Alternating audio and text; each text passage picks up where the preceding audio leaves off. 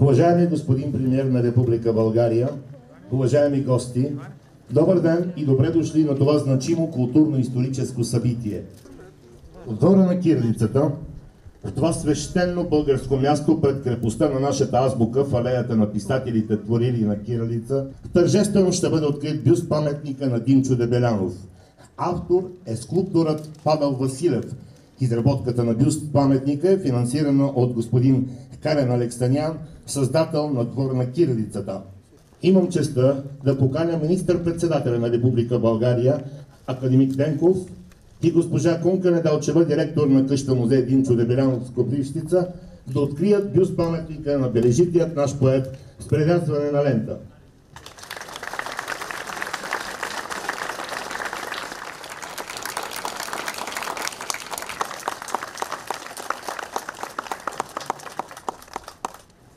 И ето вече паметникът е открит. По традиция в алеята на писателите в двора на кирилицата, в основата на бюст паметника ще бъде посипана пръст от двора на родната къща на поета. Благословени сме с нас днес да бъде отец Андрей, който с тържествен водосвет ще освети новооткритият паметник на Димчо Дебелянов. На Отца и Сина и Светия Дух. Амин.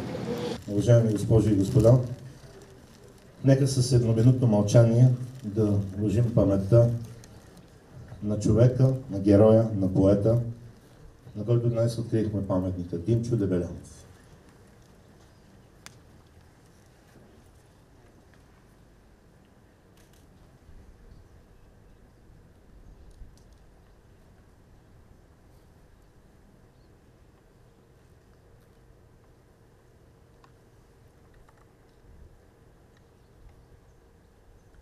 Имам удоволствието да дам думата на госпожа Кунка Недялева, директор на къща музей Димчо Дебелянов в Копривщица.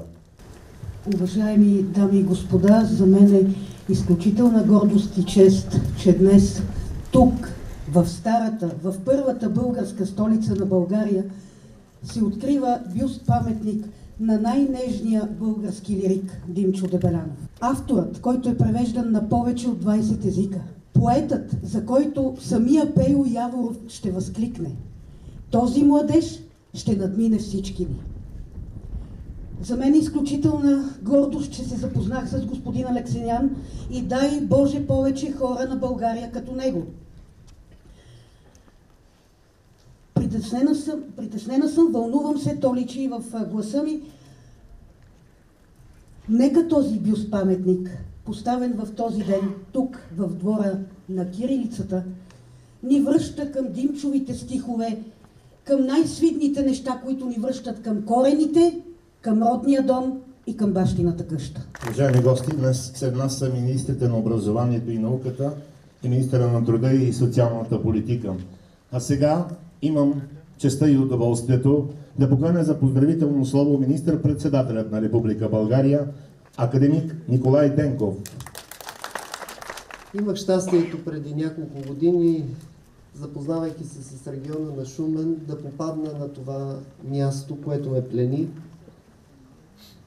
Не само с това, че е красиво, не само с това, че в него има много хубава и чиста идея за това, че трябва да почитаме духовното, което ни обединява, а и за това, че тази идея ще остане много години след нас. Радвам се, че се запознах с Карен, както аз го знам. Благодаря му за това, което е направил, благодаря му за това, което прави и съм сигурен, че той има бъдеще, което дори не може да се представим в момента. Това е място, което ще бъде изключително ценно за годините напред. Като ученик си спомням, че Димчо Дебелянов ме плени с красотата на езика си. Аз съм човек на точните науки, но обичам красотата. Красотата може да бъде във формулите, може да бъде в стиховете, може да бъде в музиката. Димчо Дебелянов е един от хората, които даряват красота на нас, българите, а както виждаме, чрез Карен и на хора, които припознават кирилицата, които припознават нашето слово и го уважават и работят за него. Тук се чувствам като в храм. Храм на Словото и духовността, благодарение на които ние всички сме не просто човеци, а българи. Тук е започнала България, тук се е родила идеята за най-значимия български принос в световната култура – кирилицата. Българската азбука е всъщност възхвала на грамотността. Азбуки, веди, глаголи, доброест, жиче означава аз знам буквите и животът, съзнанието е добър. Това ни казва нашето АБВ. Днес над 250 милиона души в 23 държави получават знание на кирилица. Милиони творци по целия свят обличат емоциите си в думи, изписани на кирилица. И къде, ако не тук, в двора на кирилицата, в алеята на писателите, която увековечава делото на най-великите творци, излели душите си на кирилица, е мястото на един от най-чувствените български поети – Димчо Дебелянов. Тук той е у дома, редом със своите кумири Яворов и Пенчо Славейков, заедно с Вазов и Ботев, Пушкин и Есенин, Толстой и Достоевски. Останал завинаги, само на 29 години, Дебелянов намира в поезията смисъла и съдържанието на краткия си живот. Неговите изящни стихове, написани на кирилица, отдавна са част не само от духовната съкровищница на България, но и от световното поетично богатство. Изляза от дълбините на душата, лириката на Дебелянов вълнува от век насам със своята искреност и нежност. Тази нежност, която толкова много ни липсва днес. А това сигурно е част от свещената магия на таланта, която Създателят дарява на малцина избрани. На това прекрасно тържество на духовността искам отново да благодаря на нашия домагин, господин Карен Алексанян, че създаде това място, което пази спомена за първите просветители на нашата земя и почита творците, които пренасят нашата азбука през столетията и в далечни земи. Благодаря. Получихме много поздравителни писма. Започвам с едно красиво пожелание и благодарност. Уважаеми господин Алексанян, в днешния ден в алеята на писателите в двора на кирилицата своето място ще заеме нежният мечтател на българската поезия Димчо Дебелянов.